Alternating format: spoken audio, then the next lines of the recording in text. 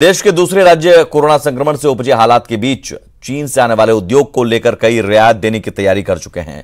बिहार का उद्योग विभाग भी इस पर नजर बनाए हुए है। बिहार के उद्योग मंत्री श्याम रजक ने कहा कि अन्य प्रदेशों की तर्ज पर बिहार में भी श्रम कानून में बदलाव की कोशिशों के लिए डाटा तैयार किया जा रहा है। इसके लिए केंद्र सरकार से मदद भी ली जा रही है। मंत्री से बात की संवाददाता आनंद अमृतराज ने। कोरोना संक्रमण से उपजे हालात के बीच में चाइना में जो कंपनियां काम कर रही है उसका रुख भारत की ओर हो रहा है और बिहार के देश के कई राज्यों ने पहल करते हुए अपने उद्योग नीति में भी बड़ा बदलाव किया है, श्रमिक नीति में बदलाव किया है। बिहार के इंडस्ट्री मिनिस्टर श्याम रजक हमारे साथ मौजूद हैं। श्याम जी, क्या इसका फायदा बिहार भी उठाने को तैयार है? क्या कुछ तैयारी है? क्योंकि कई राज्यों ने अपने कई फेरबदल किए हैं, उद्योग नीति हो या फिर श्रमिक नीति हो। हम लोग अपने उद्योग नीति में कुछ समीक्षा करके उसके परिवर्तन, उसके में कुछ अंतर करने का प्रयास कर रहे हैं। उसके लिए कमेटी बनी हुई है और उसके लिए गई हुई है। 2-3 पदाधिकारियों के साथ बैठक है उन लोगों का और उन लोगों को रिपोर्ट देना है और फिर कैबिनेट में जाना है। उसके अलावा उसमें हम लोग कई तरह के ट्रेड को ले रहे हैं। उसके अलावा हमारा जो है मैप, जो स्किल्ड जो लेबर है उसका मैपिंग हो रहा है ताकि डाटा हमारे पास रहे, क्योंकि सबसे ज़्यादा मैंस पावर बिहार में है। इसलिए मतलब बिहार के उद्योग मंत्री श्याम रजक जिन्होंने बताया कि बिहार सरकार भी इस ओर काम कर रही है ताकि बिहार में बड़े पैमाने पर निवेशक आए और निवेश करे। कैमरामैन मनोज के साथ आनंद अमृतराज, न्यूज 18 नेटवर्क, पटना। बिहार सरकार ने केंद्र से वित्तीय वर्ष की तिमाही में अनुदान के पैसे देने की मांग की है। डिप्टी सीएम ने केंद्रीय वित्त मंत्री को चिट्ठी लिखे जाने की जानकारी ट्वीट कर क्या दी। बिहार की सियासत ही गर्मा गई। विपक्ष सरकारी खजाना खाली होने का आरोप लगा रहा है तो सत्ता पक्ष कोरोना काल के संकट का हवाला दे रहा है। कोरोना काल में खजाना खाली,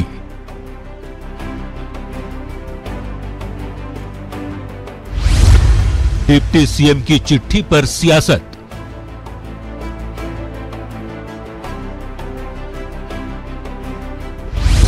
टैक्स कलेक्शन का सरकार का बहाना,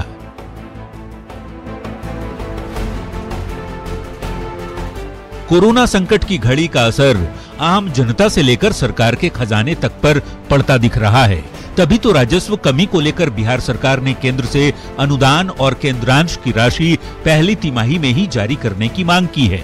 राज्य की आर्थिक स्थिति का हवाला देते हुए डिप्टी सीएम और बिहार के वित्त मंत्री सुशील मोदी ने केंद्रीय वित्त मंत्री निर्मला सीतारमण को पत्र लिखकर 15वें वित्त आयोग की अनुशंसा के तहत बिहार को मिलने वाले अनुदान के जल्द भुगतान की मांग की है। सुशील मोदी ने केंद्र को चिट्ठी क्या लिखी, सवाल विपक्ष की ओर से उठने लगे। पूछा जाने लगा कि जब बिहार सरकार ने हाल ही में बजट पास किया है तो फिर केंद्र से पैसों की डिमांड क्यों? ये पहले ही तिमाही में आप अगर राजस्व मांग रहे हैं तो समझ में नहीं आता। अभी आपने बजट पास किया है, इतना बड़ा भंडार आपके पास पैसे का है, तब क्यों मांग रहे हैं?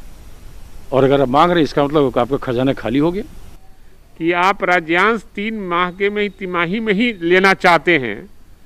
ये मांगना तो उचित है, लेकिन तिमाही में ही सारा पैसा आप लेना चाहते हैं, इसका मतलब आप बिहार के खजाना को खा गए। विपक्ष के सवाल पर सत्ता पक्ष की ओर से जवाब दिया जा रहा है। दलील दी जा रही है कि कोरोना काल में सभी राज्यों की वित्तीय स्थिति खराब है। ऐसे में यदि केंद्र से राशि की मांग की जा रही है तो इसमें गलत क्या है?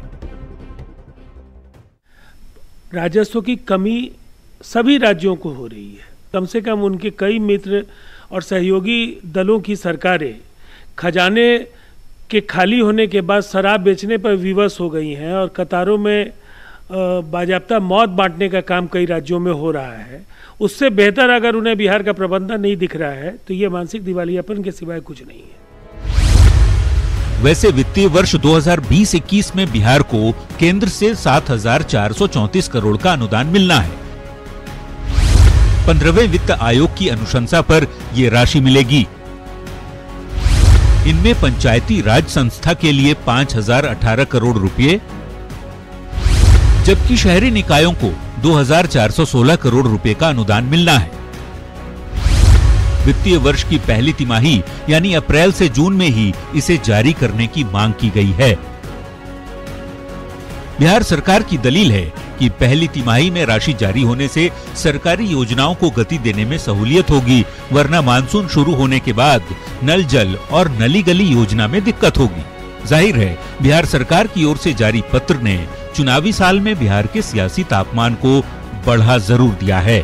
न्यूज़ 18 के लिए पटना से रवि एस नारायण के साथ ब्यूरो रिपोर्ट।